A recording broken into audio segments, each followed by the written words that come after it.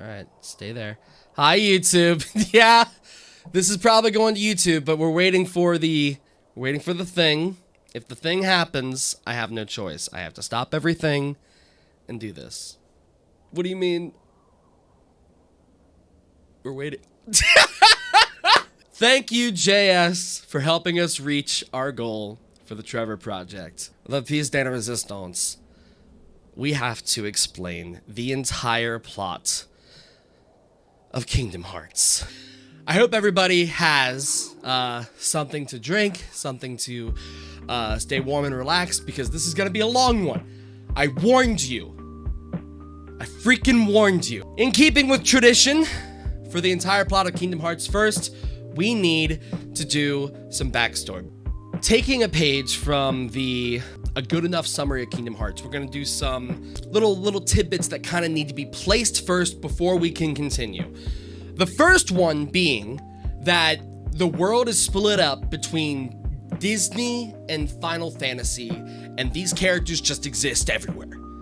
They just exist, they coexist. We don't have time to explain why, they just do.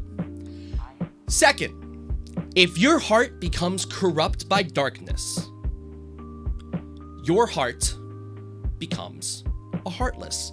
One of these little guys here. Become one of these little guys. Technically not, but we'll explain more in a minute. This is technically an emblem heartless, but you become one of these guys, a little heartless. You become a heartless, your shell or your husk becomes a nobody. Become one of these little guys here. So, lose your heart to darkness, you form a heartless and a nobody. If those two things, if these two little guys here get destroyed by one of these things, the Keyblade, you get reformed as a somebody. Lose your heart, become a heartless and a nobody. You can be reformed as a somebody, so you've technically never died. That is a very important distinction. In the beginning, the world was all one. It was the land and the time of fairy tales. And so you had sprawling lands that bled into one another, Disney worlds that bled into one another. And that's just how the world was. And there was a guy, we're gonna call the Master of Masters because that's his only name we've been given. And he decides, I am going to get some followers and give them Keyblades, and we're going to collect light, or what they called Lux, because he has a book called the Book of Prophecies, which lets him peer into the future, and he knows that the world is going to fall. It will fall to darkness. And all of this one massive land, will be split into multiple pieces. The only thing that will save it is the light that is left in the hearts of innocent children who have not been corrupted by darkness. He knows all of this. He just does. He's omniscient. And that is because he put his eye in a Keyblade, and he was able to pass this Keyblade down to user and user and user, and this eye traveled so far into the future, and he's able to peer all the way through that and see what's going to happen. So he wrote down the Book of Prophecies. He gets 5 followers and calls them the Union Leaders, and they're each named ironically after 6 followers. They're each named after what appears to be a sin, like an original sin. And so these 6 Union leaders all have a task. They're given a task, and this task is to be fulfilled if the Book of Prophecies is to be followed through. He tells these Union leaders, all right, I'm giving you this book, and I'm giving you a task. And he doesn't tell any of the other ones what their tasks are, but he does tell them, one of you is a traitor. Okay, so now he's laid the groundwork that of the 6 of you, one of you will betray me. Who is it going to be? And the last person that he gives this order to, or it gives the task to, is a follower named Luciu, who he also gives a Keyblade to, his Keyblade, no name, and a box. What's in the box? We don't know. welcome to Kingdom Hearts. So he gives the box and the Keyblade to Lucio and says, your task is to go far away from here, don't interfere with anything, and pass that Keyblade down to generation and generation and generation so I can see the future. Congratulations, you've done it already. I have this book. I can see everything. So Lucio's like, okay, can I open the box? No! You can never open the box. Okay, so Lucio leaves. The Master of Master vanishes, and the 5 remaining Union leaders are left to wonder what the heck are we supposed to do. So they start gathering young Keyblade wielders and telling them, go and gather light. We have to protect the light because we don't want the world to fall to darkness. The Master said the world will fall. We don't want that to happen. If we can gather enough light, maybe we can protect it. They end up fighting with each other, trying to gather more light. And so you essentially have Keyblade wielders who are falling to darkness over the protection of light. And they become not heartless, but darklings. They become these creatures, well, kinda. They fall to darkness, and a creature the Master of Masters created called a Chirithy, that protects the Keyblade wielder, those fall to darkness and become darklings. Okay, it was a lot at once, I'm aware.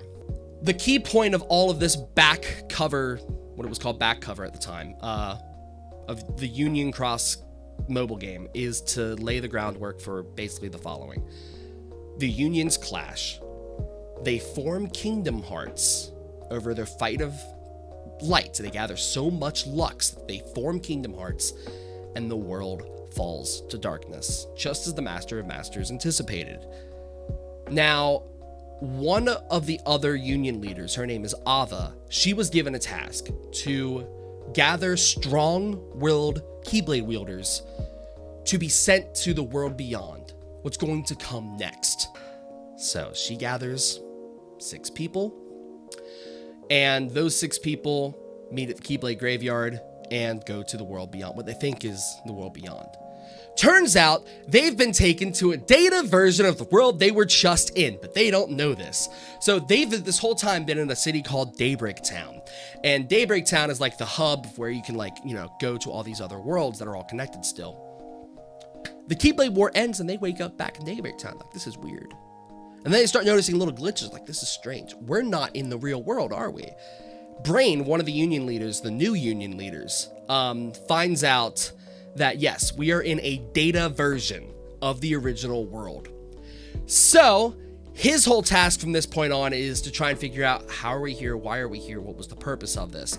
In doing some digging, he's reading through the Book of Prophecies, he realizes that one of the new Dandelions, the new Union leaders, is not actually meant to be here. That is Ventus. Ventus will become important later. But Ventus, being one of these Union leaders, is, he has a Book of Prophecies. He was for sure told that he was supposed to be here. Master Ava told him herself. Why would she lie? It wasn't Master Ava. Something else has made it through. Darkness. So, the Master of Masters, he started all of this because he is from a time long before this, where there was a war between light and darkness, and the darkness won, and he lost many of his friends, many of his people that he held dear to darkness. And darkness decided, well, we no longer want to be a massive hive mind, we want to be individuals. So it broke off and started taking over people's bodies. When it did that, when it decided to lose its hive mind, it lost the hive mind. It lost its individual will as a single creature. And so it just wandered aimlessly, which made it even more difficult to fight because now it's in individuals and it has its own thoughts. It basically just became 10 times more difficult to battle. That is why the Master of Masters did all this. His initial plan was to lock away Daybreak Town, have the world end, create a data backup of Daybreak Town, and basically say, okay, we're going to start locking away darknesses. I know there's at least 13 darknesses that have made it to this time. I can put one of them into each of the original Union leaders, into one of the new each of the new Union leaders, myself and Luciu, and hopefully that should end this war. Darkness kinda had its own plan, and so it went to Ventus and took on the shape of Master Ava and said, "You're a Union leader. You're meant to be a Union leader. You need to kill the person whose spot you're supposed to take." And so Ventus becomes overwhelmed by darkness, kills a girl who's supposed to be a Union leader, and by kills, uses a Keyblade, sets her heart free. She's somewhere else. We don't know if she's dead. Technically, she appears in the trailer of Kingdom Hearts 4. We don't know what the fuck is going on. So, he kills Strelitzia, the sister of another Dandelion, Laurium, and takes her place. Laurium, finding out about this, because Brain learned all this by reading through the Book of Prophecies, goes, "Yo, what the hell?" Tries to fight Ventus. Darkness comes out and is like, nah, man, we're gonna fight. So the new Union leaders are fighting against Darkness. It's a whole thing. While all this is happening, Data Daybreak Town is starting to fall apart.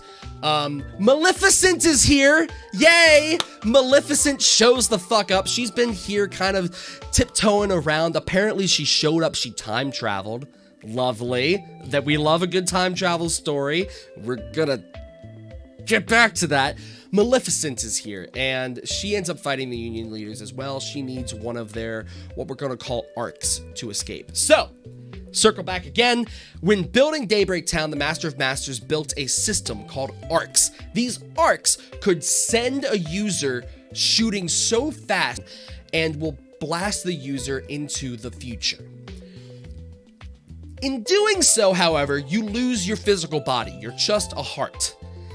Now, I know what you're thinking, and I should have said this in the beginning, but hearts are not really physical things in this world. They're more like your spiritual being, and they can exist without a body. That's kind of super important for this next bit. So, Maleficent is like, okay, I need this arc. I gotta get back to the future. So she fights one of the Union leaders, Laurium. She takes the pod and she jettisons into the future.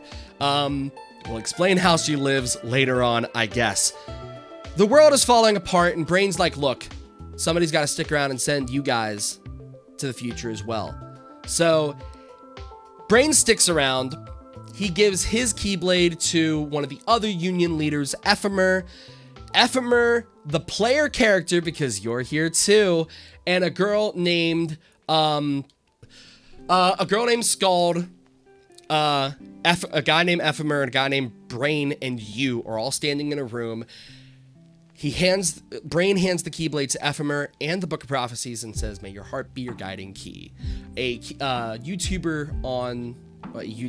Hearts YouTuber, kind of points this out as being the point where we realize that Skull, the girl, is actually in the current timeline, and I'll circle back to that in a minute. I'm gonna make this short because we gotta wrap this up and get to the one of the actual games. So, Brain sends them all out of the digital world into the real world. They get into the actual pods and jettison into the future. To lands and times unknown. Well, kind of known, but we don't have the next game yet. It's coming out soon. It's called Missing Link. Okay. That's Union Cross, baby. We get to Dark Road. Oh, God. Okay. So, at the end of Union Cross, there's a time jump, and we see that Ephemer appeared at what appears to be the ruins of Daybreak Town.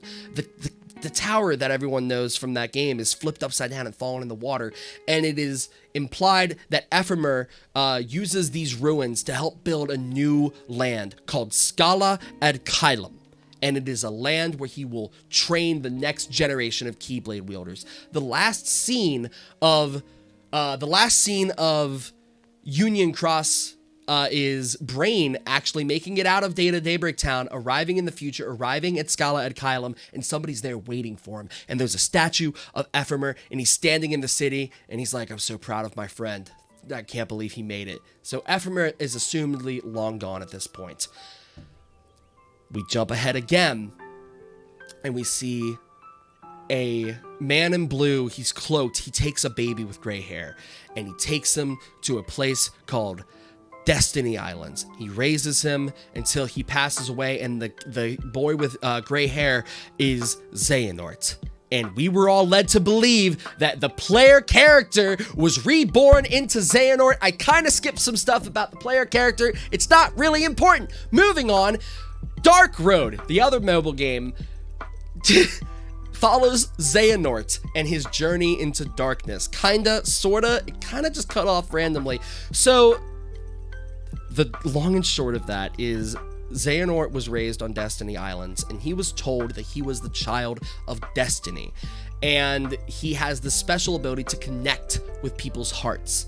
So somewhere along the lines, the Book of Prophecies predicts that a child will be born on Destiny Islands. He'll have the ability to connect with people's hearts, and he will be able to save the world. Turns out that's not Xehanort, baby, and he was raised with a god complex. So he goes to Scala-Ad Kylum to become a Keyblade wielder, basically just gets told over and over again he's this great master, and he goes on a mission to save some other Keyblade wielders who fell to darkness. There's a big old fight. Some dude falls to darkness on his own accord just because he wants to be better.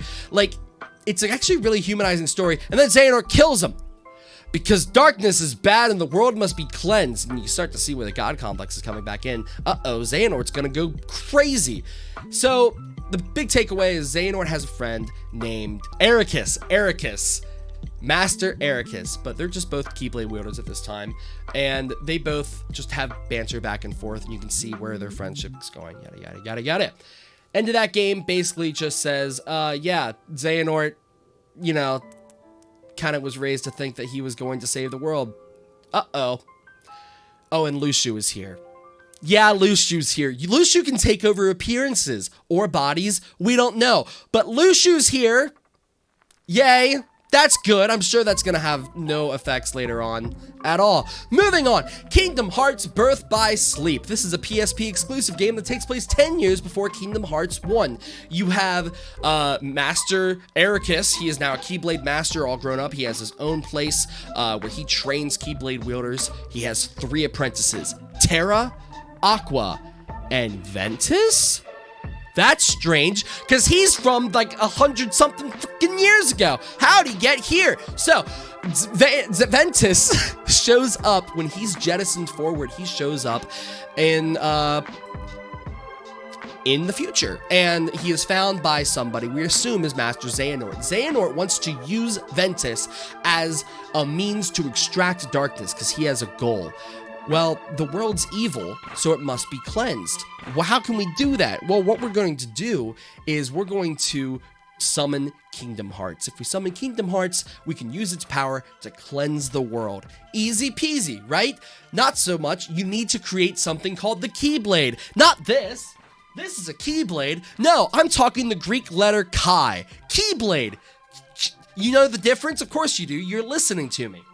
So, he wants to do that by extracting all the darkness from Ventus's heart and having it fight the pure light of Ventus. So you have the darkness fight the light. And this kind of works. It creates a faux Keyblade. It's not really working because Ventus is like, you know, a zombie now. So it turns out when you extract just all the dark... I see Taryn. Turns out when you... Hey, Taryn. Come here. I know. So it turns out when you extract all the darkness from somebody's heart, it kind of leaves them in a comatose state. That's not good. So Xehanort's like, I can't use this kid. He's useless to me. Drops him off at his old buddy Ericus's house and is like, here you go, I got you a new apprentice. Before that, Xehanort makes a quick stop at his hometown, Destiny Islands, where the heart of a newly born baby Sora... We've just now talked about the main character of the series, where the heart of baby Sora being born joins with the broken heart of Ventus to allow it to heal. So Ventus is using borrowed time from Sora's heart to be able to function at all. Xehanort drops Ventus off at Ericus's training grounds called, I am having all the brain farts. Not Daybreak. We'll circle back to it. Drops him off there. Yeah, a few years pass, and Ventus is now watching his 2 friends, Aqua and Terra, compete for the Mark of Mastery, which is how you become a Keyblade Master. So Ericus has his friend Xehanort come over, who's totally not evil or anything, and he hasn't picked up on anything like that at all. It's fine, it's whatever. And they go through some trials. Xehanort tweaks the exam and forces Terra to unlock some darkness. That's not good. Ericus is like, hey, Terra, you kind of, let the darkness take a hold of you. That's, not so good. You can't be a master. Aqua, you're a Keyblade Master. You pass. She's all happy. Terra's all grumpy. And Xehanort says some weird stuff like, hey, darkness, am I right? And he's like, yeah, that's crazy. I don't want to be dark. That's bad. And Xehanort's like, crazy. You should come with me. I'm totally not evil or anything. And Terra's like, I believe you. And so he does. And so Terra basically just goes on this mission to basically prove that he's not evil, which causes Ventus to decide, hey, I want to run away, because guess who shows up? Vanitas. Who's Vanitas? Well, you remember when Xehanort extracted all the darkness from Ventus's heart? That created a creature of pure darkness. Yes, darkness with a capital D. That thing I mentioned earlier before? Yeah, one of those things. Because remember, Ventus was harboring one of those darknesses. Yeah, that's going to be kind of important later. So, Vanitas shows up and he's like, hey, man, your buddy Terra, he doesn't like you. Nobody likes you. You know what you should do? You should run away. You should run away. And Ventus is like, yeah, I'll do that. And so he tries to follow Terra. Aqua, just now becoming a master and realizing she has to babysit these two idiots, is like, fine, I guess I'm gonna go save you. And she goes. This is a PSP game. You play it from the perspective of each character. You have to play the game 3 separate times to get the actual ending. Boils down to basically Terra goes to a Disney World and goes, I don't want to be evil. And Disney villains are like, but you're evil. And he's like, no, I'm not. And Vanitas is like, hey, Ventus. And then Aqua is just there along the ride. Like, you get to the very end, and oh yeah, Ericus gets killed by Terra. Because Ericus somehow thinks that he has to kill Ventus now. Because Ventus is harboring darkness, but it's not true. Okay, kind of stupid. Ericus should not have tried to kill Ventus. He kind of had it coming. So Ericus is dead, and then they all meet up at a weird place called the Keyblade Graveyard. There's a bunch of Keyblades sitting all over the place, and this is the place where they had the Keyblade War back in Union Cross. It's starting to come full circle already. Isn't that neat? And so they meet up there. Xehanort's there. Vanitas is there, and he's like, here's told that we would fight here. And so Xehanort fights Terra. Ventus fights Vanitas, and Aqua fights somebody named Bragg. Okay. Little planting of the things. Lushu ran away, as he was told by the Master of Masters. He only interfered a little bit here and there. His goal, he was told to pass down his Keyblade and keep a distance. In Dark Road, he was given... He took on the appearance of somebody named Bragi. Yeah, Bragi.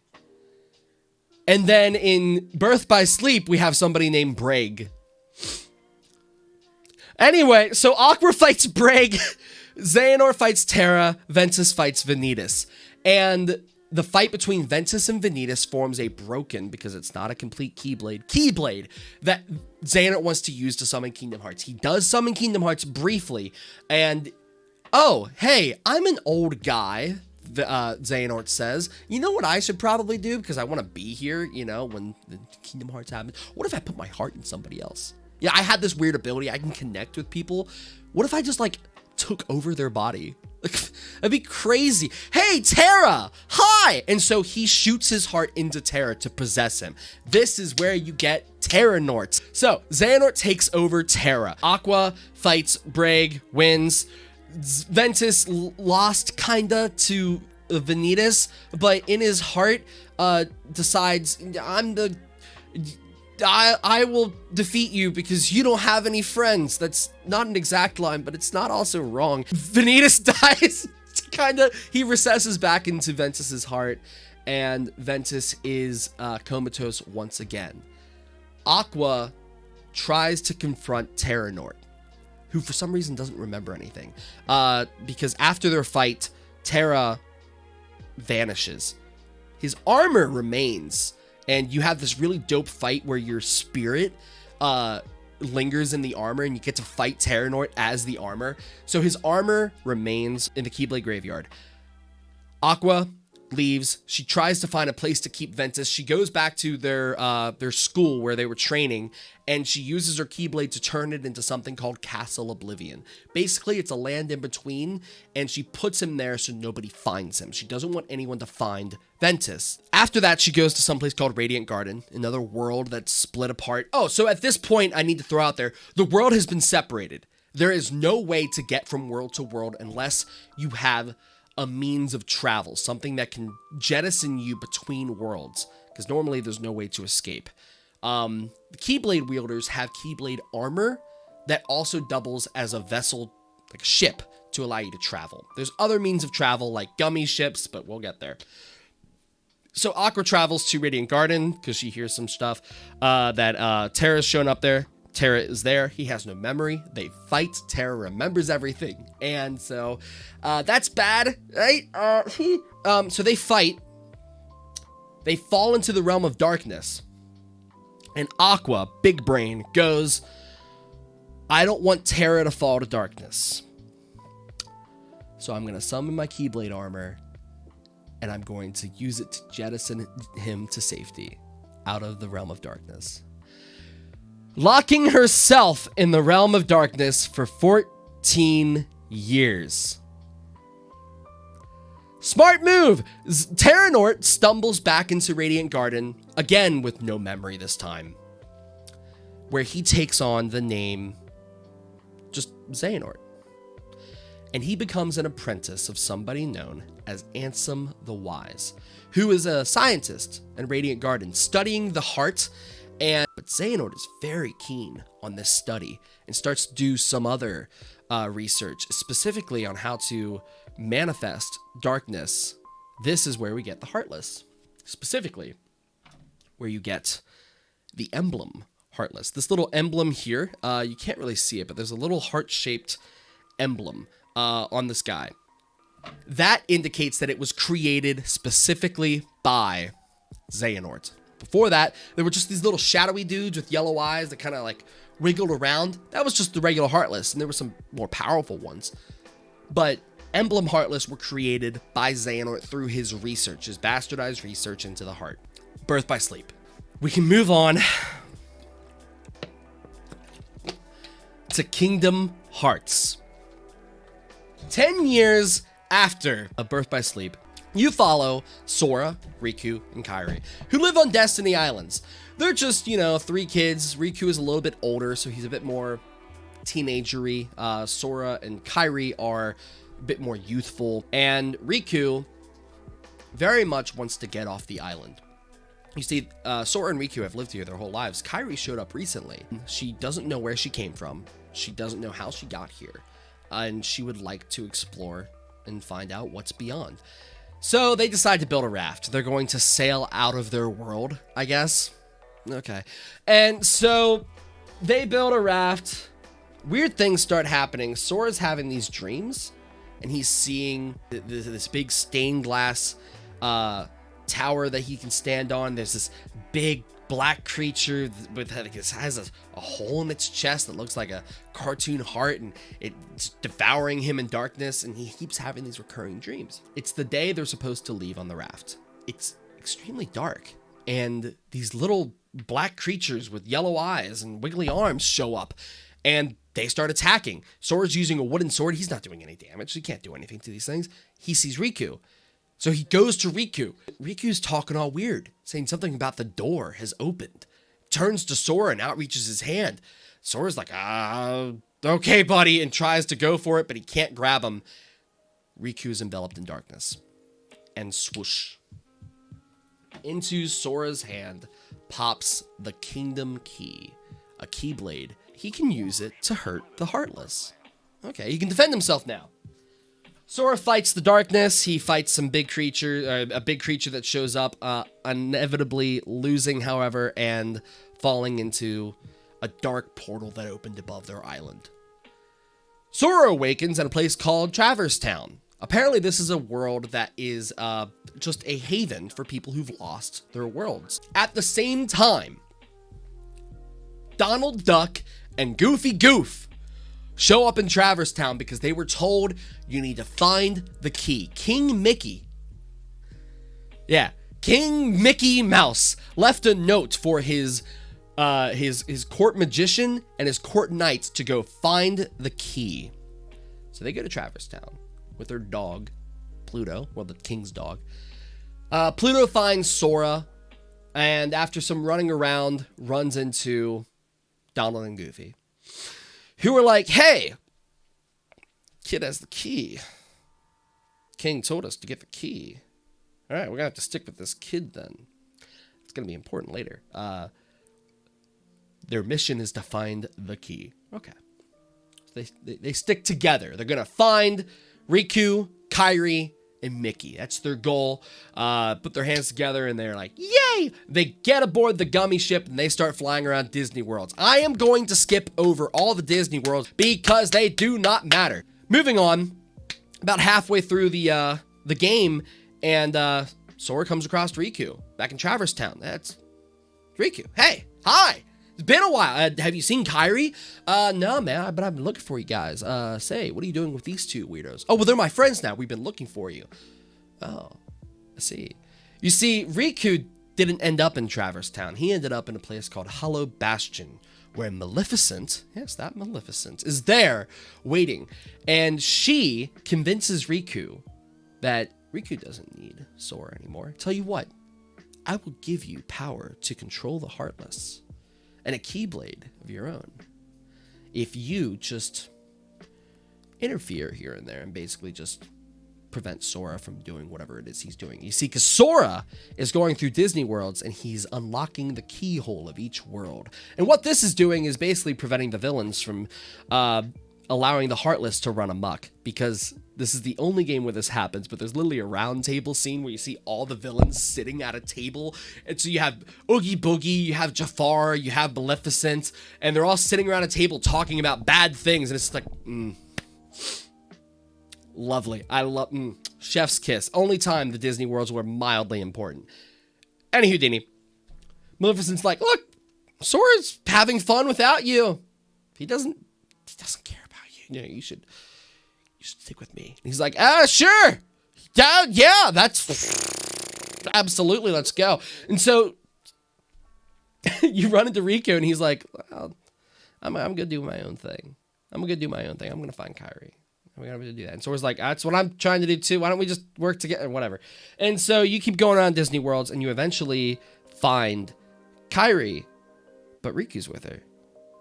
Kairi is completely comatose. Bro, what the hell? Why is Kairi like dead? And he's like, I don't know. At the very beginning of the game, when the whole world was falling apart, you found Kairi and she floated towards you and phased through you. So you get towards the end of the game and you get back to Hollow Bastion. Riku's there and he confronts Sora and tells Sora basically that the Keyblade never meant to choose you. It was supposed to choose him. And sure enough, the Keyblade pops over to Riku. And he leaves. He leaves you there without your weapon. But even worse, Donald and Goofy abandon you because we were told to find the key, so we have to go with the Keyblade. So your two friends just dip you. You're left with a Beast, who's basically like, stop being sad, kid. I can roar. Raw. And so you just run around the castle trying to fight with a wooden stick and Beast. And until you get to Riku again. Riku is with Donald and Goofy, and Riku tries to attack Sora, and Goofy just hops in like, I ain't gonna let you hurt my friend. Nah, because I ain't a sellout. Screw the Keyblade. He's my friend. Donald is like, whatever, Goofy. I guess we're betraying the king. And meanders. Donald sucks, by the way. So, because you were able to be like, I don't need a weapon. My friends are my power. The Keyblade goes, oh yeah, you're the one with the good heart. I should never have chosen Riku because the Keyblade can choose a wielder. Or at least that's the way it was set up when the first game came out. Yeah. So the Keyblade goes back to Sora. Riku's like, screw you, I got my own Keyblade, and I got this awesome outfit with this cute little skirt. It's amazing. You fight, and then Riku's like, actually, I'm not really Riku anymore. I'm some dude named Ansem. What? Ansem, the Seeker of Darkness. You fight again, where Riku, now controlled by Ansem, tells you that Kairi's heart is inside of Sora. That whole little thing at the beginning when she phased through Sora. Yeah, her heart is now just inside of you. Okay, you fight Riku Ansem, and he's like, okay, well, I'm gonna be over here now, in the end of the world. Come fight me. And so you go on one last trek through the end of everything, and you fight Ansem as a guy and then as a boat. It's very strange. And then Ansem goes, okay, I've had enough. I'm going to summon Kingdom Hearts. And he summons the door, opens the door, but psych, it's light, bitch! And gets, blasted by light. So Riku shows up. Riku's back now, and he's like, look, you gotta help me close this door. We gotta seal out darkness. A Mickey Mouse shows up, pulls out a Keyblade, and goes, come on, Sora, we gotta close this door for good. That is the only line he says in the whole goddamn game. Close the door, you use the Keyblade to seal it. You've now condemned your friend to the realm of darkness with King Mickey, under the promise that you're gonna find a way to save them. End of Kingdom Hearts, you're traveling along the road, and you see Pluto, and he's carrying a letter from the king. That's cool. The king's back? You follow Pluto. That's when you get to Kingdom Hearts Chain of Memories. Get to this castle. Castle Oblivion. That thing I mentioned from before. And you go into this castle, and you're told that to find is to lose, and to lose is to find. And every time you go a level up through this castle, you seem to lose some of your memories. There's a group called the Organization, headed by somebody named Marluxia. Marluxia is trying to use a girl named Naminé to control Sora's memories. There's some other characters here. You have Axel, who will become a recurring character. You have Larxene, who will become a recurring character as well. And Riku is here. Riku and King Mickey are here. Yay! Well, you kind of know about King Mickey, but Riku's here. Acting really strange, though. Like he's dressed like he was in Kingdom Hearts 1. That's weird. I thought he wasn't possessed anymore. That's... Oh, this is a replica of Riku? This isn't a real person? What? Yeah, so it turns out one of the Organization people, Vexen, can create vessels that can actually take on the appearance of a regular person and be indistinguishable. Okay, science. Why not? So you go through this castle, you end up revisiting a bunch of worlds. It's a simple journey overall. You get to the end and you confront Marluxia. You defeat him, you meet Naminé, and she's like, look, sorry I messed with all your memories and made you think that Kairi didn't exist. Also, in order to fix you, I gotta put you to sleep for a whole year and mess with your head to get your memories back so I can fix your chain of memories. It's the title of the game. Anyway, you agree, you hop into a pod, and you tell her, I will never forget you.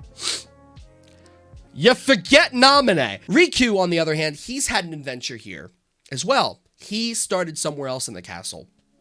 And his whole mission was he's being haunted by Ansem. Ansem, Seeker of Darkness. I mentioned Ansem earlier on. I need you to understand that this Ansem is not the Ansem I mentioned earlier. Ansem the Wise and Ansem, Seeker of Darkness are two separate people, but you don't find that out for a little bit. Riku's being haunted by Ansem, Seeker of Darkness, and his whole thing is basically just coming to terms with the fact that, no, I will not use darkness. I moved on from that. The end of the game is him realizing that I can use darkness, but I need to remember that I am light. I am good. Chain of Memories. Sora's asleep for a year. We're gonna jump to Kingdom Hearts 2. There is a game in between this, but we're gonna touch on that in a minute. Kingdom Hearts 2. It's been a whole year. You wake up, Sora, yay. But before that, there's a whole in-between thing. And you start the game as this blonde boy named Roxas? Who the heck's Roxas? Okay. And he's on his summer vacation? Okay, you're doing odd jobs. You're raising money to go to the beach. Where's Sora? So you start the game as Roxas.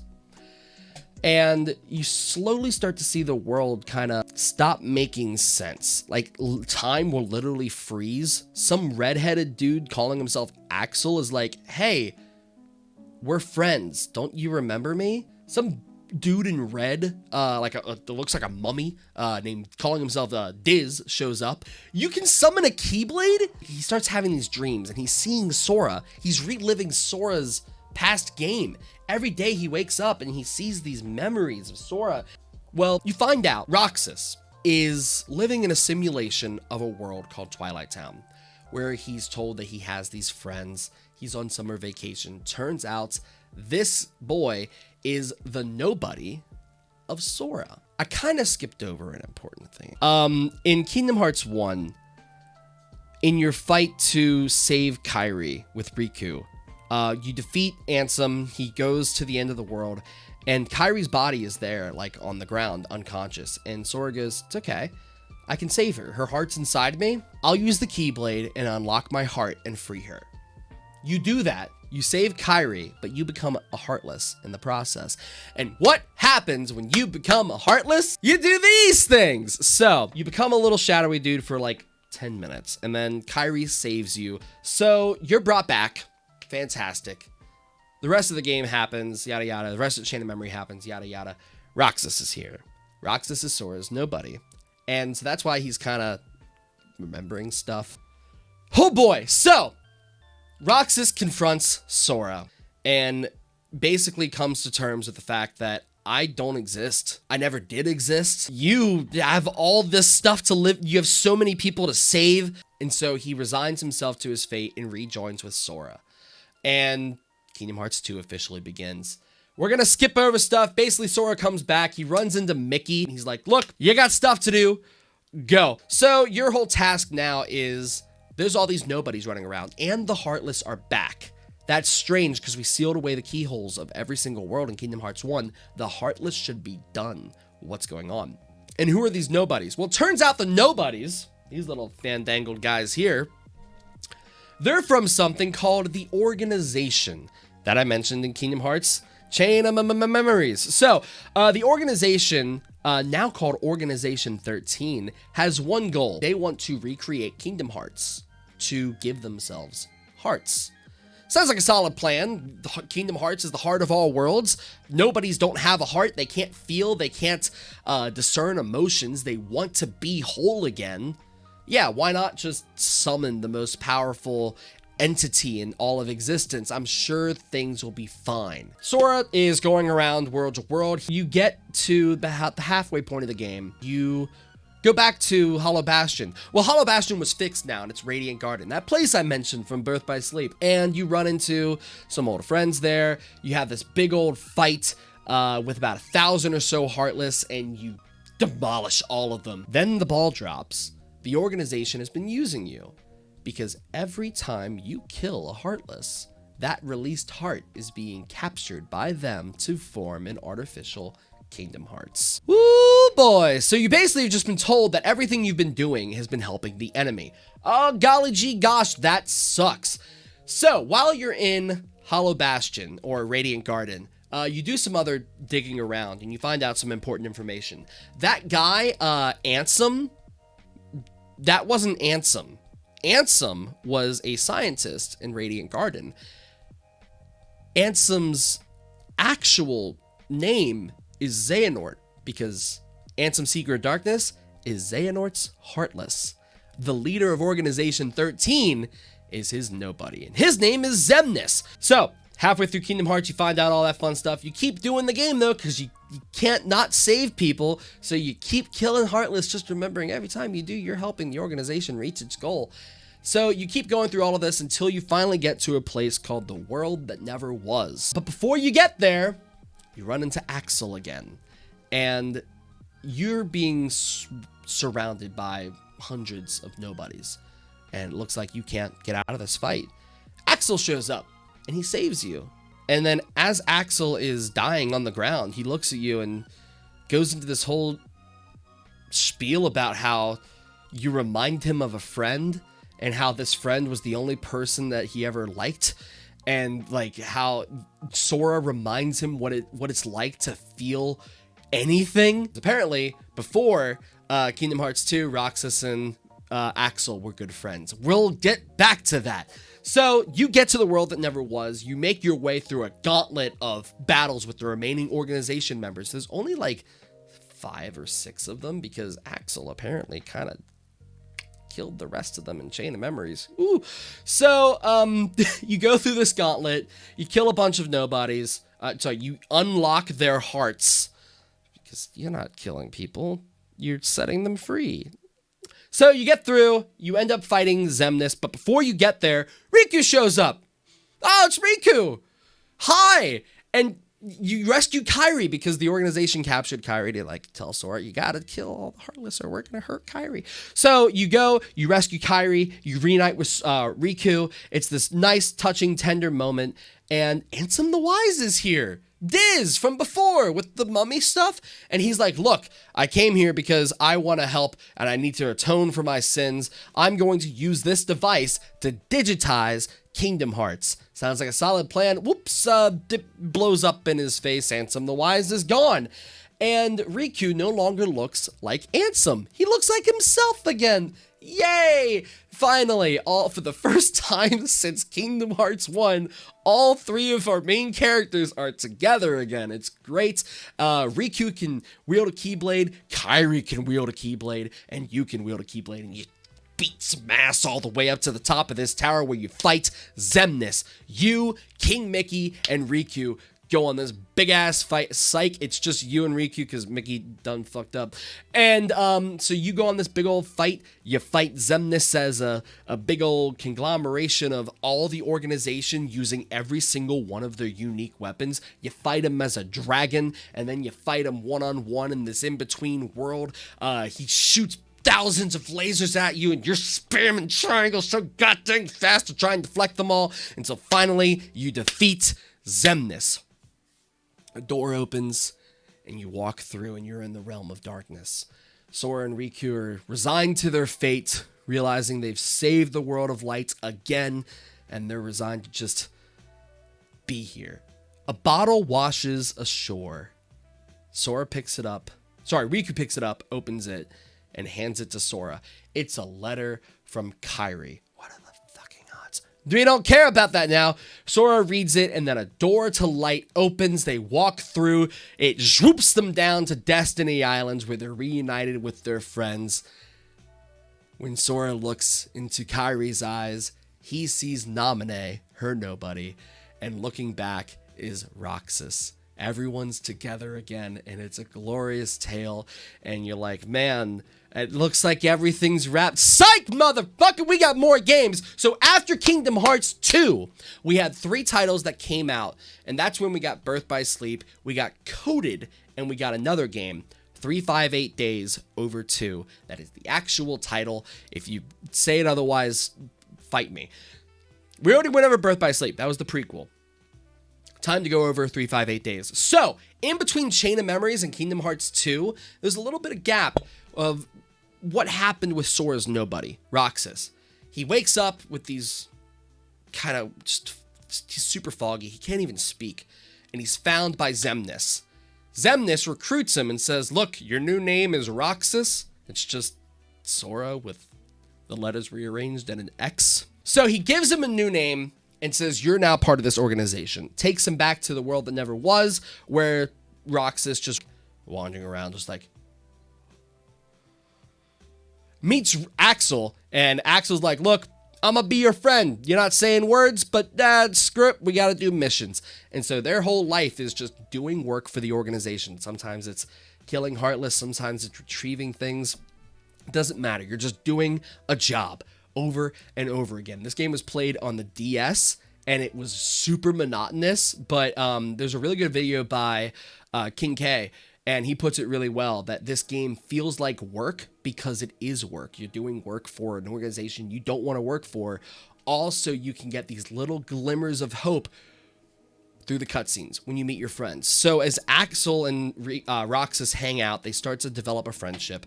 After work, they'll go to Twilight Town. Yeah, Twilight Town. Hang out at this clock tower, eat some ice cream, and just chill. This goes on for a little bit until Xemnas announces there's a new member of Organization 13, the 14th member of Organization 13, Xion. Xion can also use a Keyblade. Okay, that's strange. She is also kind of like, Roxas is just like really shy and everything at first. They befriend Xion, Axel, and Roxas do. And they start going on missions together and basically just develop that friendship over time. This kind of repeats where you do these missions and you meet up and it just becomes this, it feels normal. Like it feels like the right thing. Like, I'm going to get done with this mission. I'm going to go hang out with my friends. Things start to go sideways. At one point, Xion falls into like a coma for a while. She finally like wakes up or whatever. Axel's sent off to go do a mission at something called Castle Oblivion. It's where he ties into Chain of Memories. And everything, you can start to feel like the threads of the friendship just being kind of pulled at. It's like, oh God, this was ice thin. If anything disturbed this whole thing would collapse. And it does. Xion goes rogue because she found out what her purpose is. Xion is not a nobody. She's not a person. She's a puppet that was created in the event that Roxas would not follow along with what Xemnas and the organization wanted. She is a puppet that was made using the memories that Naminé collected from Sora in Chain of Memories. She looks exactly like Kairi, and she can wield a Keyblade. Probably should have been a dead giveaway, but you're convinced that you can find a way through this. It's okay. We can work through it. It's fine. Xion's like, no, I have to go away, or I have to like fight you and join with Sora. That's the only option. Xion is like, look, I'm gonna have to rejoin with Sora. So I'm gonna have to fight you now. And you're like, why? No, why? And you fight her. And it's a brutal fight. And it ends up that the moment you defeat her, you can't remember her anymore. She was never real. Every memory that you formed with her and that entire friendship never existed, really. Because she was a puppet. She didn't exist. Her memories weren't her memories. And so your memories of her never happened. Your last memory is basically just her fading away into nothing. And Roxas goes on a vendetta. He's going to summon Kingdom Hearts and bring her back.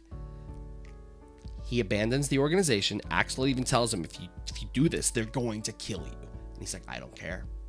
Nothing matters anymore.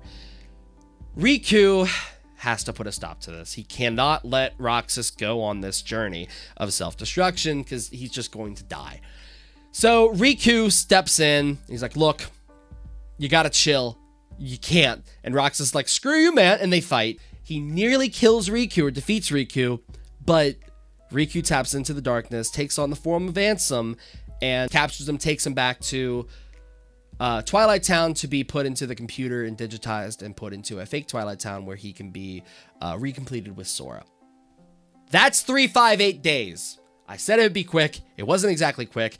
Moving on. There was another game that released at this time called Kingdom Hearts Coded.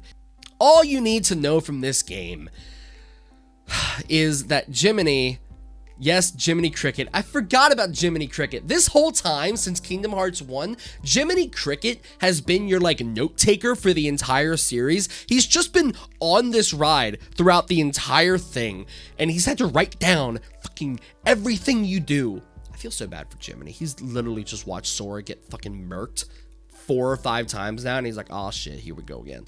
Jiminy is reading through one of his journals, and he sees a message that he doesn't understand that just says, thank Naminé. That's weird. Who the hell's Naminé? Because they all had their memories wiped from Chain of Memories. So he takes it to Chip and Dale, and they're like, we can digitize this entire book, and that way we'll see more information. Apparently they do that, and the book has bugs in it, and they can't see the data. So Mickey suggests creating a digital Sora so they can investigate the book, and then they do that, and then you play as digital Sora investigating a book. Also, you can find out that Naminé asked you to not forget her.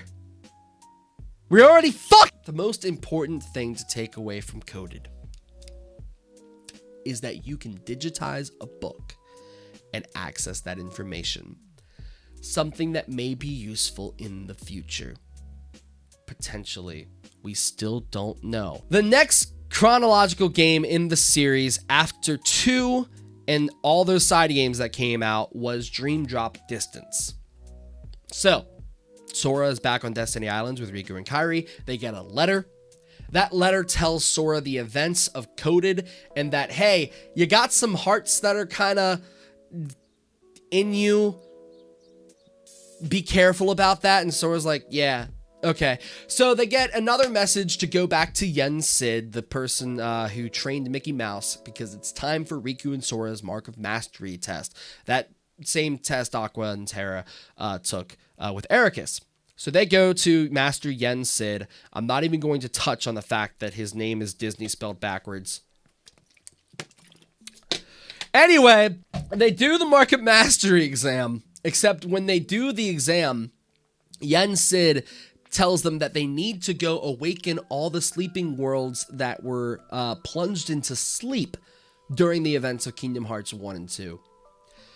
So you do, but for some reason you look super young now. You're wearing your old Kingdom Hearts 1 clothes, except they're like, it's red. Like this weird symbol on it. It just looks like an X. That's weird. That's strange. I'm sure that doesn't have any ramifications. So you go through Dream Drop Distance. You're being taunted by people that you thought you definitely took care of. Like, you definitely defeated Ansem. You defeated Xemnas. And you're running into these people left and right. And then you run into young Xehanort. Needed to take a moment because this is where the games officially introduced time travel. You run into young Xehanort, who is essentially just teasing and taunting you and just being like, hey, we're gonna get you. And you're like, okay.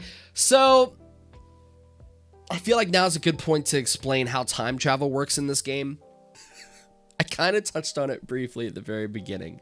If you send your heart to the future, you lose your physical form. You're just a heart.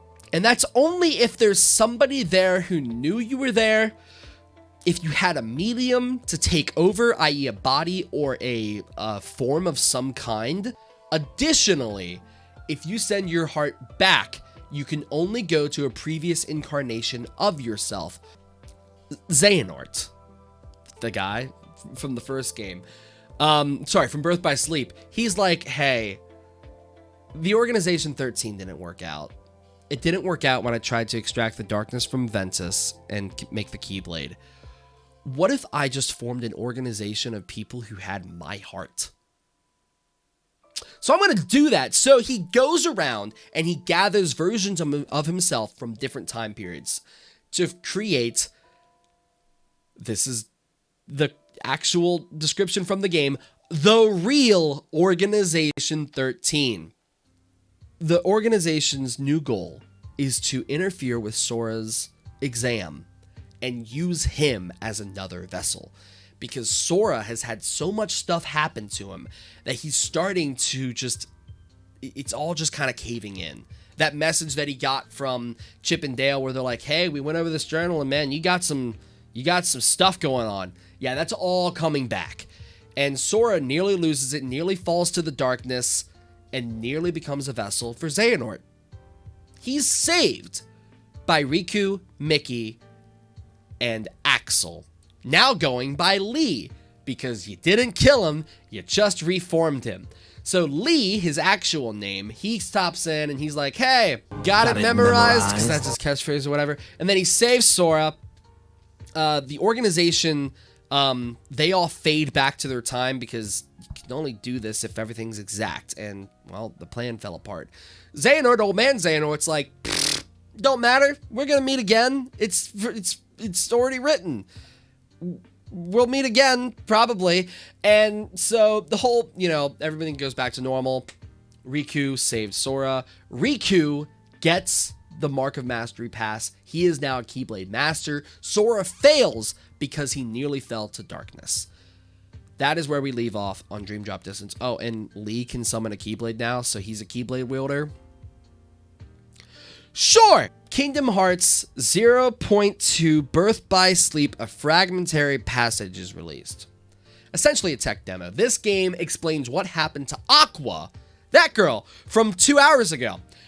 What happened to her in the Realm of Darkness? Essentially, you find out that time is weird in the Realm of Darkness. She's there for she doesn't know how long. And it's all slowly starting to, hit her, right? Because she's been in there for years. She's seeing glimpses of Ventus and Terra. She's just remembering her failure, that she couldn't save them. And the whole demo is figuring out that, that sucks. And so you do run into Mickey Mouse. I need to take a pause there because the other purpose of this game is to explain why Mickey Mouse was shirtless in the first game. I shit you not. So in the first game, you run into Mickey, but he's shirtless for some reason. And he's in the Realm of Darkness. How'd he get there? He ends up trapped in the Realm of Darkness trying to get the version of the Kingdom Key in the Realm of Darkness, Kingdom Key D. And he runs into Aqua and he's like, holy, you're here? Hi, mind helping me and we can escape? And then Mickey doesn't come back for her for another 10 years. Uh-oh. Didn't mean to do that. Left her in the Realm of Darkness for a decade. Kingdom Hearts 3. We're finally at Kingdom Hearts 3. So Kingdom Hearts 3 starts with Yensid telling Sora, hey, you nearly died to darkness. You lost all your powers, specifically the main power you got from Dream Drop Distance, the power of waking, which Sora used to wake up sleeping worlds. We need you to get that power back because there's people we need in order to defeat Xehanort. And he's specifically referring to Ventus and Terra, Aqua, and these other Keyblade wielders because, and this is another piece from Dream Drop Distance, Xehanort tells you that there will be an epic clash between the forces of light and darkness, specifically 13 darknesses and 7 lights to form the Keyblade to summon Kingdom Hearts again. You're told you need to go just bulk up because you kind of got all weak sauce from when you nearly died to Xehanort in Dream Drop Distance.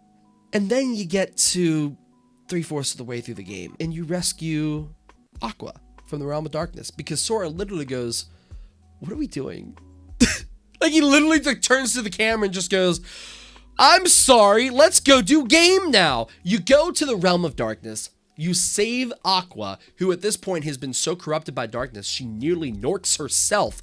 You save her, you bring her back, and it's, goddamn, one of the most touching scenes in the entire game. She literally looks around and she's like, when did the Destiny Islands fall to darkness? And you're like, no, Aqua, you're back. You're home. And she's like, oh, okay. And it's like, oh, you poor thing. Bless. So she takes you to Castle Oblivion, where she unlocks it and reveals that it's the land of departure, her school that Ericus taught her at. And you go inside and you find Ventus sound asleep.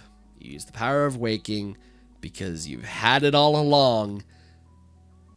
It's fun. So you basically, in a span of 20 minutes, you save Aqua, you save Ventus, and you go back to Master Yensid with everybody that you have now. So Axel has a weird moment because Ventus and Roxas look identical. Jiminy Cricket has to pop out and explain that a lot's happened. Things might not make sense for a little bit. Yensid is like, okay, we have enough lights. We can go fight Xehanort. You go to the Keyblade graveyard once again. Xemnas, no, not Xemnas. Well, yeah, Xemnas, Ansem, and Xehanort are all there, and they're like, hey, you're gonna lose. And Sora's like, no, we have the power of friendship. So you go, and they're like, okay, see you guys at the fight. You continue on. You run into Terranort, who bodies Aqua, nearly bodies Kyrie, bodies Ventus, summons a tornado of Heartless, kills Riku, and then kills you. A prompt pops up on the screen that says, and in the end, darkness prevailed and light expired.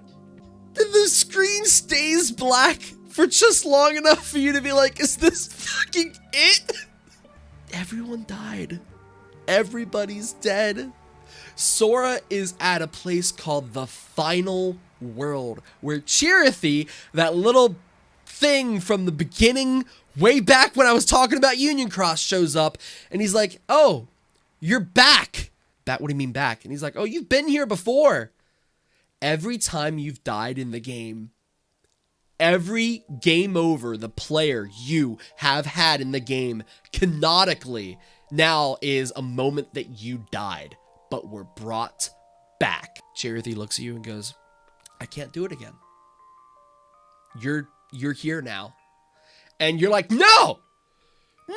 No, this is Kingdom Hearts. Nobody dies. So you go around and you collect fragments of your soul because for some reason you're hanging on. Chirithy is like, something has to be holding you here. I don't know what it is. Something's holding you here.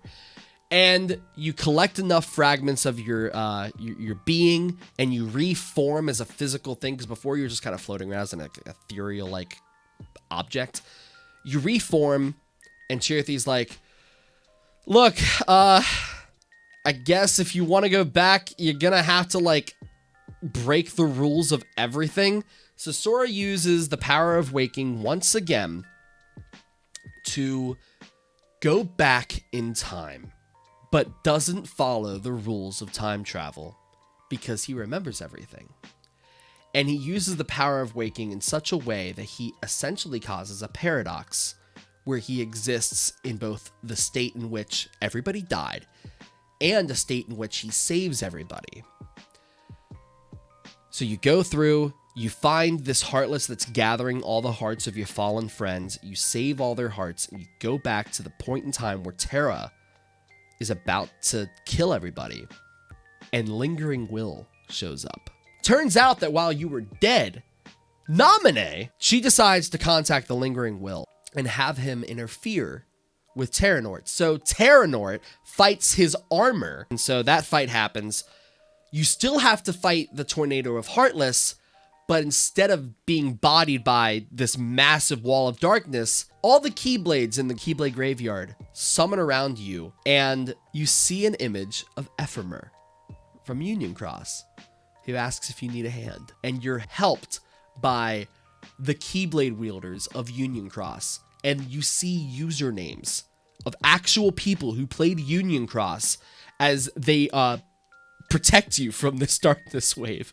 You break through this wave and you finally get to the real Organization 13 fight. You end up fighting in waves a bunch of different versions of Xehanort. So there's different waves that you can fight against. So there's like, you can fight against, it's like Ansem and Data Riku. You can fight against Bragg, and basically just a bunch of different groups are split up in this gauntlet. The main takeaway here is that there's a fight with Axel, Kyrie, and Sora against an unknown organization member who's wielding a Keyblade, and another guy. He doesn't matter. He kind of matters, but we'll circle back. It's obviously Xion. And you're like, how the fuck? What? But nobody knows who she is because everyone had their memory wiped. You fight her, her hood comes off, and Xemnas shows up and he's like, now finish it. And before she can like strike Sora, Sora's like, Xion, you don't have to do this. It's not Sora's voice, it's Roxas. And then out of nowhere, baby, boom, from the fucking sky, Roxas shows up. Little side bit here. Back on in Radiant Garden, Ansem has been working with some of the recovered returned students of his that became nobodies in the first place, who were part of the original organization, and he's been working with them to try and figure out ways to help everybody. Well, another one of the original members, Vexen, rejoins Ansem and is like, hey, I can make vessels, and like I have a vessel, and like it could be used to help you guys. They swoop that over to the Keyblade graveyard. Roxas pops out of Sora's heart and goes into that vessel. You fight alongside Xion, Axel, and Roxas as you beat what's his name? Blue-haired Organization 13, Saïx. You kick Saïx's ass, and it's playing versions of Xion's theme and Roxas's theme just like woven together. It's so good. But you win that fight and Xemnas captures Kairi. Along the way, you're unlocking hearts left and right. You're killing members of the new Organization 13. Each time you do, you're creating a shard of darkness that Xehanort can use to summon Kingdom Hearts. You get to the other fight, and this is Aqua and Ventus versus some people, Vanitas, and I want to say Terranort. Yeah. You join that fight, and you find out that Terra's heart has been inside of a creature called the Guardian that Terranort has been using as a means of fighting. You free Terra's heart. He rejoins and takes over Terranort's body, kicking Xehanort out. And Terra's back. We have Terra. He's here. Oh my goodness. So, yay! You fight against Vanitas one more time. That boils down to, I'm darkness, screw you guys, and he fucks off. At this point, everybody except Xemnas, Xehanort, and Ansem are left. Riku and Sora and Mickey go to fight these three. So you fight Ansem. Ansem, when you defeat him, he has a moment with Riku where he's like, I respect you now. You fight Xemnas again, and when you defeat him, he has a moment where he goes, I can feel again, and all I feel is sadness. And like, just dies, and it's like, oh god, man, what the f. You fight against young Xehanort. You defeat him, and he's literally just like, screw you guys. You finally get to the fight against Xehanort. And you're like, we're not going to do this. We're not going to let you summon Kingdom Hearts. We're not going to fight you and forge the last shard of darkness or whatever. And he's like, okay. What if I did this? And he pulls out Kairi and kills her in front of you. Sora loses it and goes to fight him, and the moment their Keyblades clash, the last shard is complete, and he's able to summon Kingdom Hearts. Kairi's gone. Riku and Mickey and all the remaining Keyblade wielders rejoin you, and it's like, okay, we need to regroup here. What the hell are we going to do? Okay.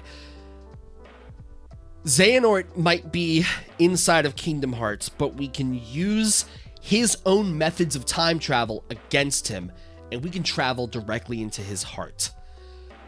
So Sora, Donald, and Goofy go and transport themselves into the heart of Xehanort. Xehanort has just planted himself at a manifestation of Scala ad Caelum as what he wants for the future of the world. Like, he wants to start there and cleanse the world.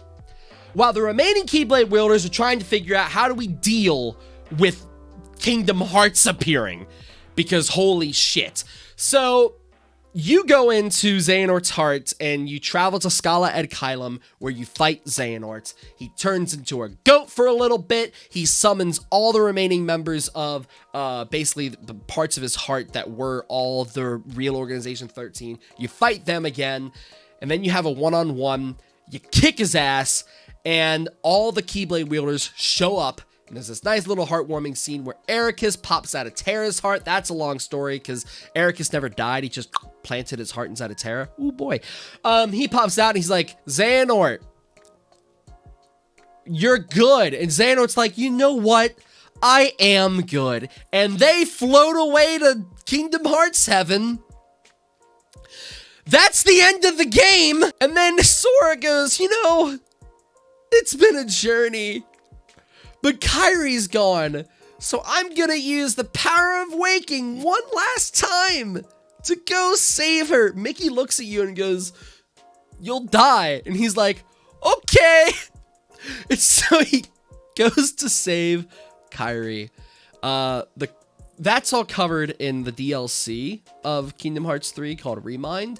And I will touch on that briefly. So what happens is the last time Sora time travels, he uses it to re-experience the events of the game from the past to basically right any of the potential paradoxes he may have opened when he time traveled the first time.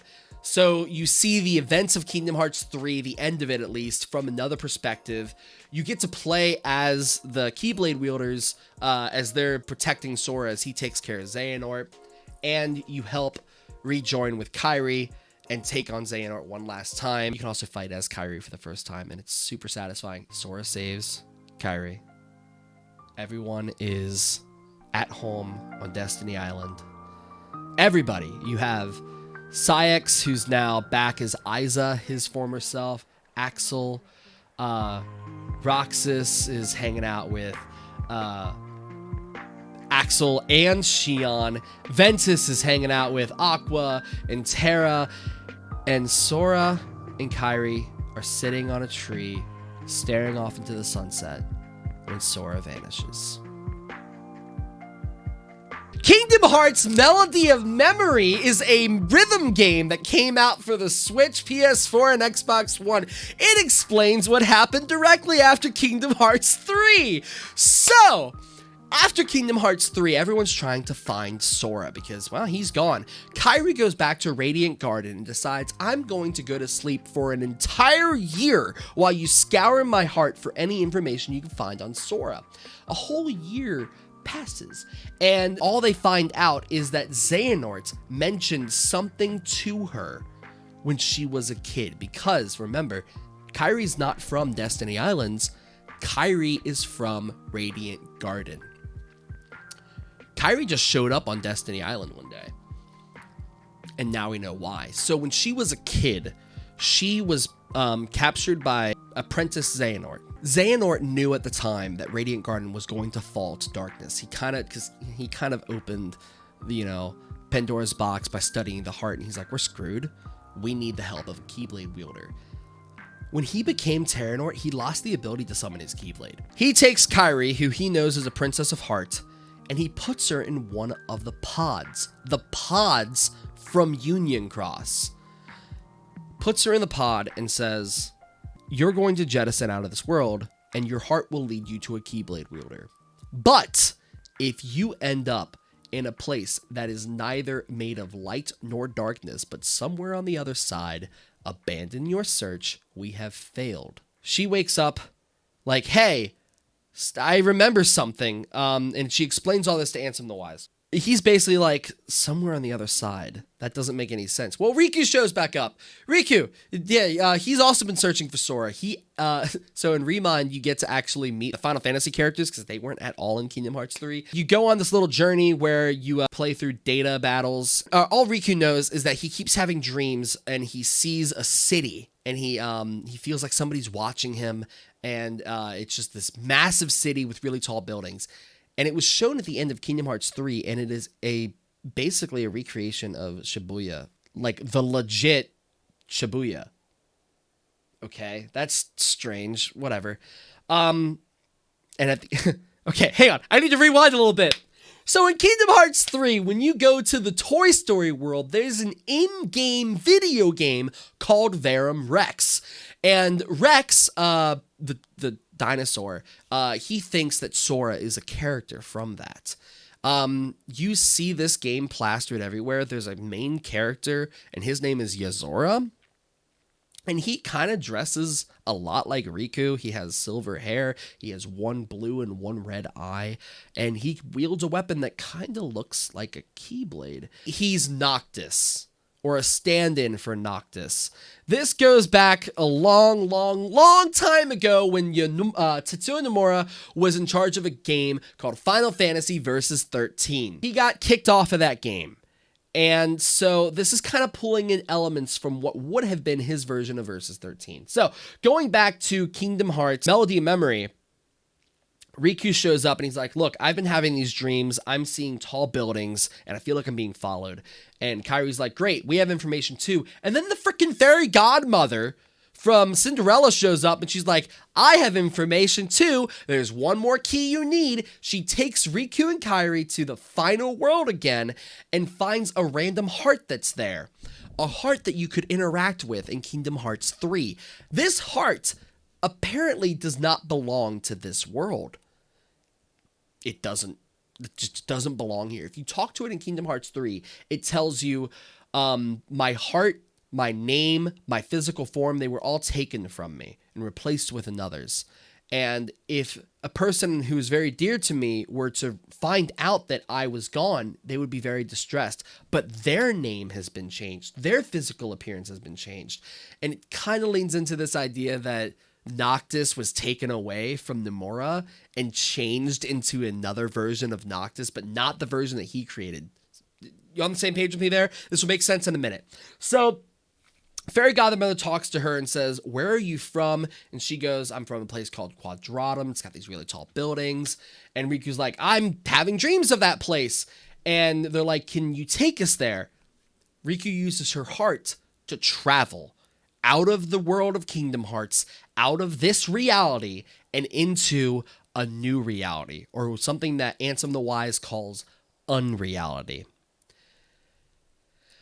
One more little thing about Kingdom Hearts Remind. So at the end of that game, Sora's gone. You wake up as Sora in the final world, but it's nighttime. Every time you've gone here before, it's always been bright blue sky with water on the ground that's perfectly reflecting the sky. This time it's night. Sora wakes up and he's like, okay, where am I? Hello? And he starts calling out into the darkness. A voice answers, and they start walking towards you. It's Yozora, the video game character from Toy Story. Okay, so Yozora's here, and Sora's like, wait, I know you. You're Yozora. And he goes, how do you recognize me as Yozora? Who are you? And he goes, I'm Sora. And Yozora goes, wait, you're Sora? I was told to rescue Sora. Then he pulls out his weapon, pulls out a crossbow, and prepares to fight you. One of the most grueling boss fights in the history of this series, and I loved it. But something very key to point out, Yozora can steal and use your items. A person not of this world, not of this reality, can wield the Keyblade like it's nothing. There's two endings to this. And until recently, we didn't know which one was canon. We now know which one's canon. So initially, according to a light novel of Kingdom Hearts 3, this was the series of events. So you fight Yozora, he defeats you, and he stares you down and he goes, I'm sorry, I don't lose. And Sora collapses into a crystal. This very same crystalline structure used in Final Fantasy 13, Kingdom Crystallis or something like that. You can encapsulate a person in crystal. It looks very similar is my point. Yeah, he says, I will save you. The screen goes black and they recreate the They recreate the launch trailer for Final Fantasy Versus 13 down to the second, down to the beat of Yozora waking up in a car, somebody going, "Commander, look out the window," and he looks out, and then they say the iconic line, "I've been having these weird thoughts lately." The other ending of the game is you beat Yozora, who goes simply, "Looks like my powers aren't needed yet." He fades away, and the exact same cutscene plays, ripped directly from Final Fantasy Versus 13.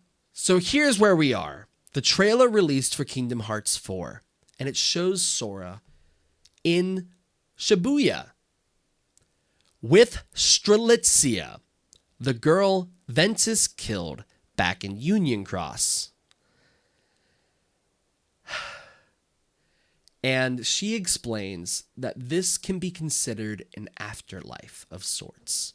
The trailer ended with the Master of Masters and Lucio standing over Sora as he's fighting a Heartless in the middle of Shibuya. So, that's where we're at. That was the entire plot of Kingdom Hearts.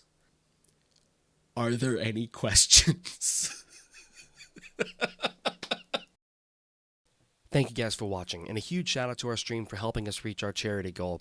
I am not a lore expert by any means, but Kingdom Hearts holds a special place in my tormented heart, so I love doing these kinds of videos. If this is the kind of content that you're interested in, be sure to like and subscribe, and if you'd like to join those names on the right, make sure to join us on Ko-Fi. Take care.